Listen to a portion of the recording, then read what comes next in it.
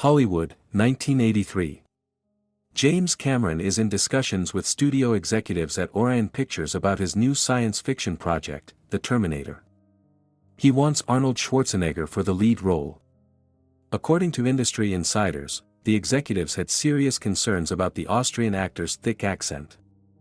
The studio's position was clear: they needed a solution for the accent issue, or they'd have to consider other casting options. The concern was understandable. Foreign accents were widely considered box office risks in the early 80s. Most studios preferred actors who could deliver dialogue in standard American English. But Cameron was hearing something different in Arnold's voice, a quality that might actually serve the character. Cameron reportedly argued that the accent wasn't a flaw to fix, but potentially the perfect choice for a character that wasn't supposed to sound entirely human. The discussion would prove to be a turning point, not just for the film, but for how Hollywood thought about foreign actors. This is the story of how an accent that nearly ended a career became one of the most iconic voices in cinema history. To understand how we got to this moment, we need to go back 15 years. Arnold had arrived in America in 1968 with ambitious dreams but limited English skills. He'd learned the language primarily from dubbed movies, which left his pronunciation heavily accented and inconsistent. The young Austrian bodybuilder had made this journey with almost no money and enormous determination. He'd left behind his family's expectations. His father wanted him to pursue a traditional career, to chase what seemed like an impossible dream in a foreign country. Arnold understood that mastering English would be crucial, but he had no idea how deeply his accent would complicate that goal. In those early years, Arnold's accent wasn't just thick, it was unpredictable. Some English sounds came naturally, others proved almost impossible for him to master. Words with certain consonant combinations would trip him up consistently. When he tried to sound casual in conversation, the effort was visible. When he attempted to project authority, his voice sometimes cracked under the strain of unfamiliar pronunciation patterns. The entertainment industry's response to his accent formed what became an invisible barrier. At early casting calls, directors would frequently cut him off during introductions. Industry accounts suggest he was often dismissed before even attempting to read for roles, with casting professionals citing concerns about audience comprehension. But Arnold had experience overcoming long odds. In bodybuilding, critics had questioned his proportions and potential. They said his frame was wrong for the sport's aesthetic ideals. He'd won the sport's top title multiple times anyway, proving that persistence could triumph over initial disadvantages. The question was whether he could apply that same determination to his acting ambitions. The accent created a challenging cycle that seemed designed to keep him trapped. Casting directors would offer him roles with minimal dialogue, often characters who were simple-minded foreign villains or muscle-bound sidekicks. These parts reinforced industry perceptions about his range while providing him little opportunity to develop his English-speaking skills in meaningful roles. According to those who knew him during this period, Arnold would spend hours practicing standard American pronunciation, sometimes questioning whether he should abandon his authentic voice entirely.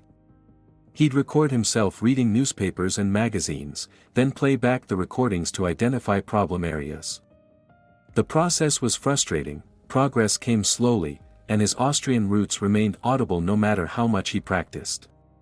By the late 70s, the pattern was established. Arnold's physical presence could get him meetings, but his accent remained a significant hurdle. Industry professionals reportedly suggested he consider voice dubbing or focus exclusively on action roles where dialogue was minimal.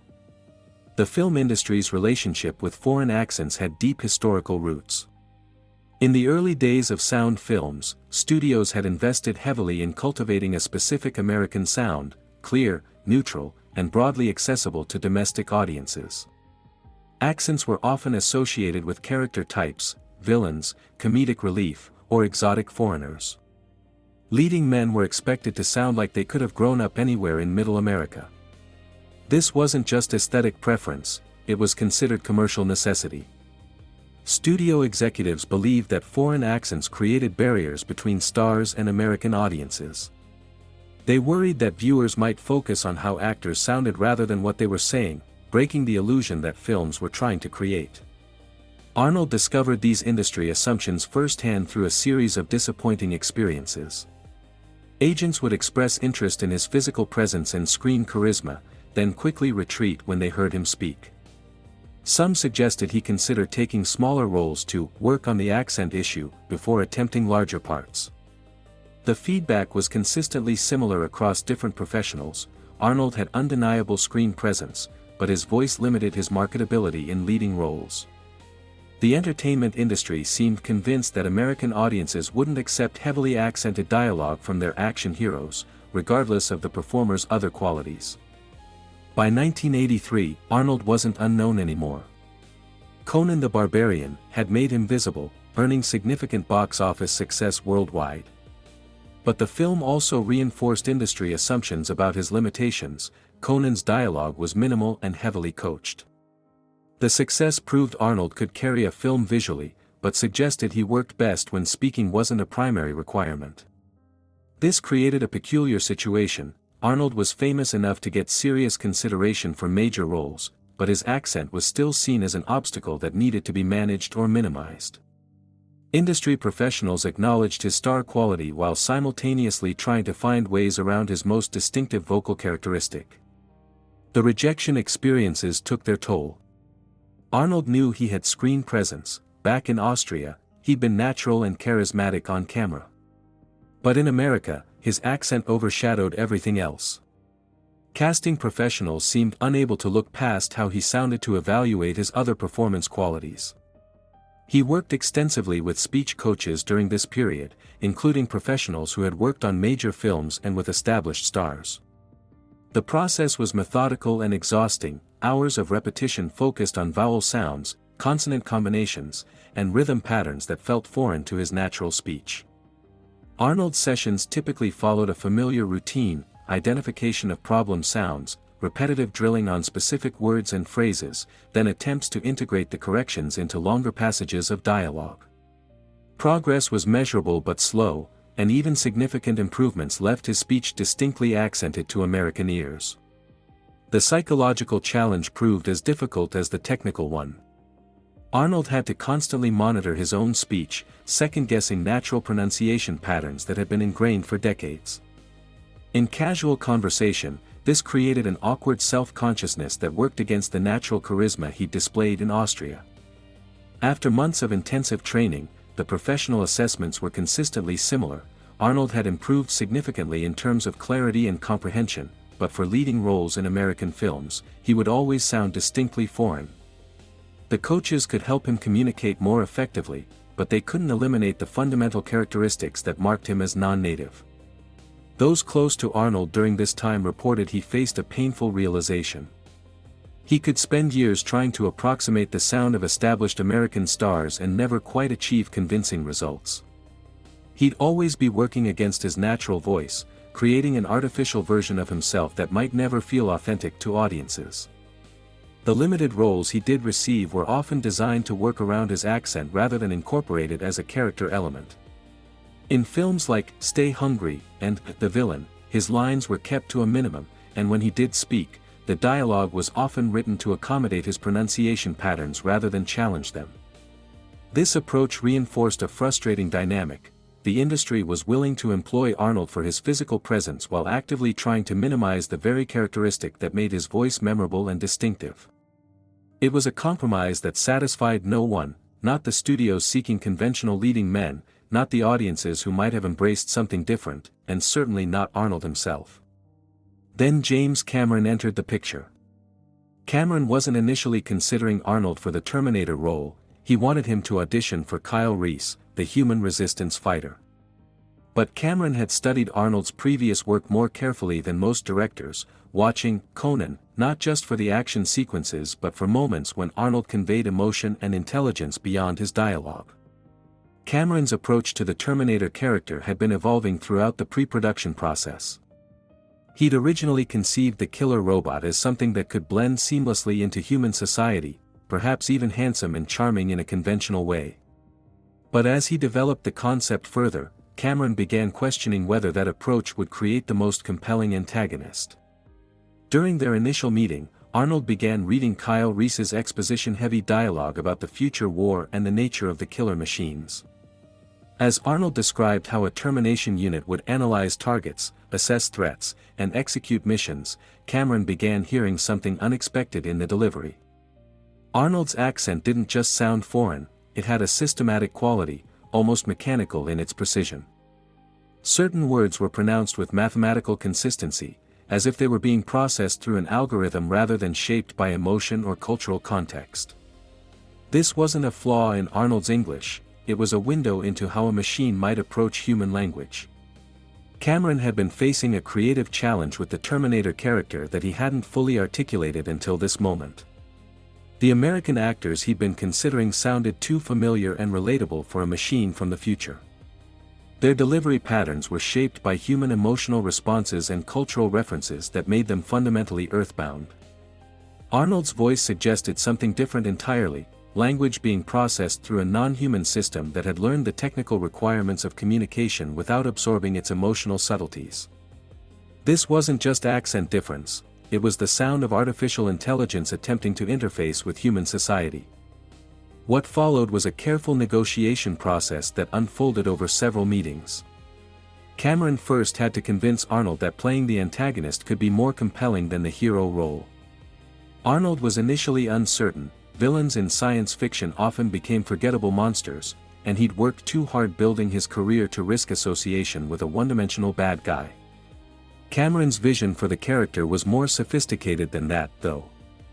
The Terminator wouldn't be evil in any conventional sense, it would be something more unsettling, completely amoral, following its programming with perfect efficiency and no emotional investment in the outcome. Arnold's accent could suggest this in human perspective in ways that conventional villain dialogue never could. The second challenge involved convincing Orion Pictures that this casting choice would serve the film commercially. The studio was making a significant investment in an untested concept, and they needed confidence that every element would connect with audiences. Accented dialogue carried perceived commercial risks, particularly for a character who would deliver many of the film's most memorable lines. Cameron's third hurdle was practical. Could Arnold's accent actually enhance the character rather than simply work around it? Cameron believed it could. The Terminator needed to sound like artificial intelligence that had learned human speech without acquiring human warmth. Arnold's systematic pronunciation patterns could suggest machine learning rather than foreign origin, turning a potential liability into a character asset. The demonstration became pivotal. Cameron asked Arnold to deliver the character's key lines not as a traditional villain, but as something methodical and emotionless. According to industry accounts, Arnold's interpretation had an unsettling quality that shifted the executive's perspective. The reaction in the room reportedly marked a turning point. One studio representative's assessment captured the change in thinking: the accent didn't weaken the threat. Instead, it made the character sound genuinely otherworldly. Cameron's response captured the essence of the problem: changing the voice would transform the character into something entirely different. The studio would lose what made the Terminator special. That exchange clarified everything. Arnold's accent wasn't just part of the character, it was the character. Cameron's response reinforced his position: altering Arnold's voice would fundamentally change the character they were trying to create. The studio would lose the unique quality that made the Terminator distinctive. That discussion clarified the path forward. Arnold's accent wasn't just compatible with the character, it was essential to making the Terminator feel authentically non-human. When The Terminator was released in 1984, audience reactions validated Cameron's instincts. Rather than finding Arnold's accent comedic, viewers found it menacing and otherworldly. The Austrian pronunciation gave threats an unusual weight and promises an unsettling finality. The film became a significant commercial success, earning substantial returns on its modest budget and establishing Arnold as a bankable action star. The impact extended far beyond simple box office numbers. For 15 years, Arnold had been told his accent limited his marketability and relegated him to supporting roles or characters with minimal dialogue. The film's success demonstrated that his distinctive voice could actually be a commercial asset when properly utilized. This transformation had immediate practical effects on Arnold's career trajectory. Within months of the film's release, producers began approaching him with roles specifically designed for his vocal delivery style. Rather than asking him to minimize his accent or work around it, they started incorporating it as an integral character element. The shift was visible in the types of projects offered to him. Previously, Arnold had been considered primarily for roles where his physical presence mattered more than his dialogue delivery. After The Terminator, he began receiving scripts for characters who were expected to carry significant verbal content, action heroes who delivered memorable one-liners and catchphrases that became part of popular culture. Arnold's most memorable lines from subsequent films often relied specifically on how his accent shaped their delivery. Phrases that might have sounded routine in standard American English became distinctive and quotable when filtered through his pronunciation patterns. The accent that was once considered a liability became one of the most recognizable voices in entertainment. The film industry took notice of this success, though the change in attitudes was gradual rather than revolutionary. The Terminator's popularity suggested that audiences were more receptive to accented dialogue than studios had assumed, but this didn't immediately transform casting practices across the industry. However, the film did encourage more flexibility in how foreign actors were perceived and utilized. Casting directors began considering whether distinctive vocal qualities might serve specific characters rather than automatically viewing accents as obstacles to overcome. The cultural impact was measurable in various ways that extended well beyond the film industry. Arnold's catchphrases entered popular usage, often imitated specifically because of how he delivered them.